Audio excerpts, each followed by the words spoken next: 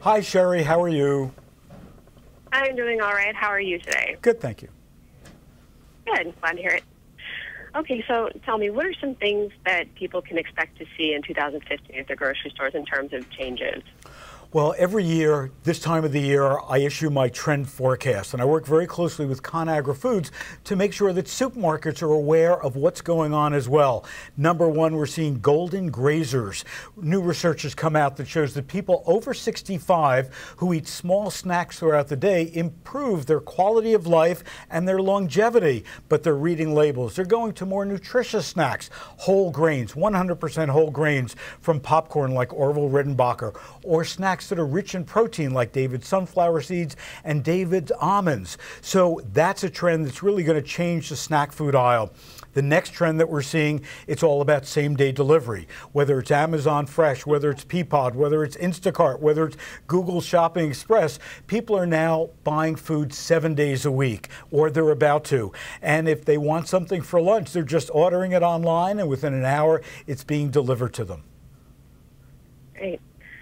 So you have your seniors, I guess, for lack of a better term, looking toward healthier foods. What about the younger generation? Well, what we've seen over the past couple years is a focus on millennials and food.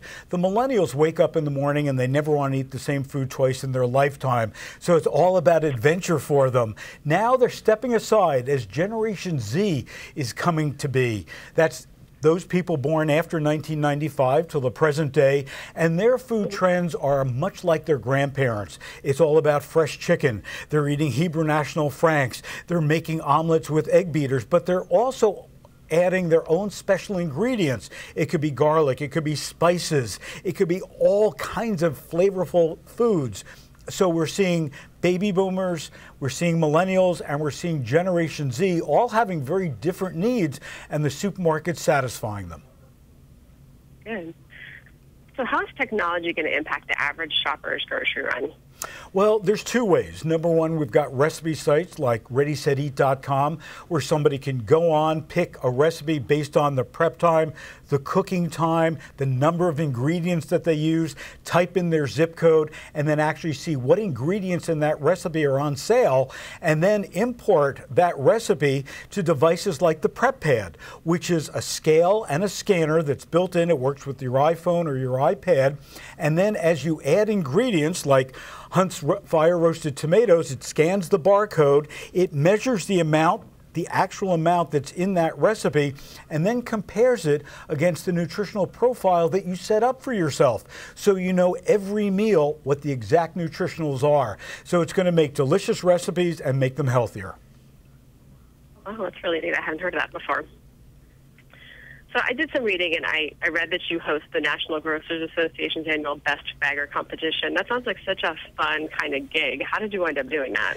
Well, I love it. And you're right. Best Bagger is fabulous because it celebrates the last touch point in the supermarket. When you really think about that shopping experience, it's, you go to the checkout, you wait online, you have to give them a ton of money for your groceries, but it's the bagger who not only helps you, but thanks you and smiles that can make all the difference between, frankly, a good shopping experience and a bad shopping experience. So National Grocers Association asked me probably about 15 years ago if I would host it. It's the highlight of my year. It's one of the things I love to do, and we've seen baggers from probably 13 years old up to 60 years old competing, and they win $10,000 for the best bagger. I have to ask you, what's the most impressive thing you've ever seen during that competition? Well, I think the most impressive thing is the criteria. Not only is it about equal weight in the bag so somebody can carry it, making sure obviously that eggs are not on the bottom, but the personalities of the baggers. That's what really comes through loud and clear. Because again, when I scan supermarket checkout aisles and I look to see what checkout I want to go to, sure, I look to see what has the longest line, but I always look at the cashier's face and the bagger's face to see if they're friendly. Because again, I want that ultimate shopping experience. So it's their personality that comes through, and also, frankly, the defeat that some people who have been practicing for a year and they thought they had their time down pat, and as they're scurrying around, something falls off the checkout and they don't win. Interesting. Okay. Well, how can shoppers keep up on all of the grocery store trends for the next year? So all of these trends are added every day. Just go to forkful.com. Wonderful. Well, thank you, Phil, so much for your time and for your information. Thank you so much. Appreciate it. And I'll see you in the grocery aisles. Have a great day. Okay. Absolutely. Bye. Bye.